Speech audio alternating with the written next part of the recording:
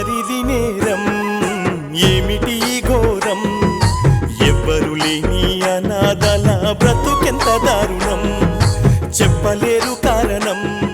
ఈరోజు మా maths teacher అయినటువంటి రమణమూర్తి సార్ గారి బర్త్డే సందర్భంగా ఇక్కడికి చేయడం జరిగింది.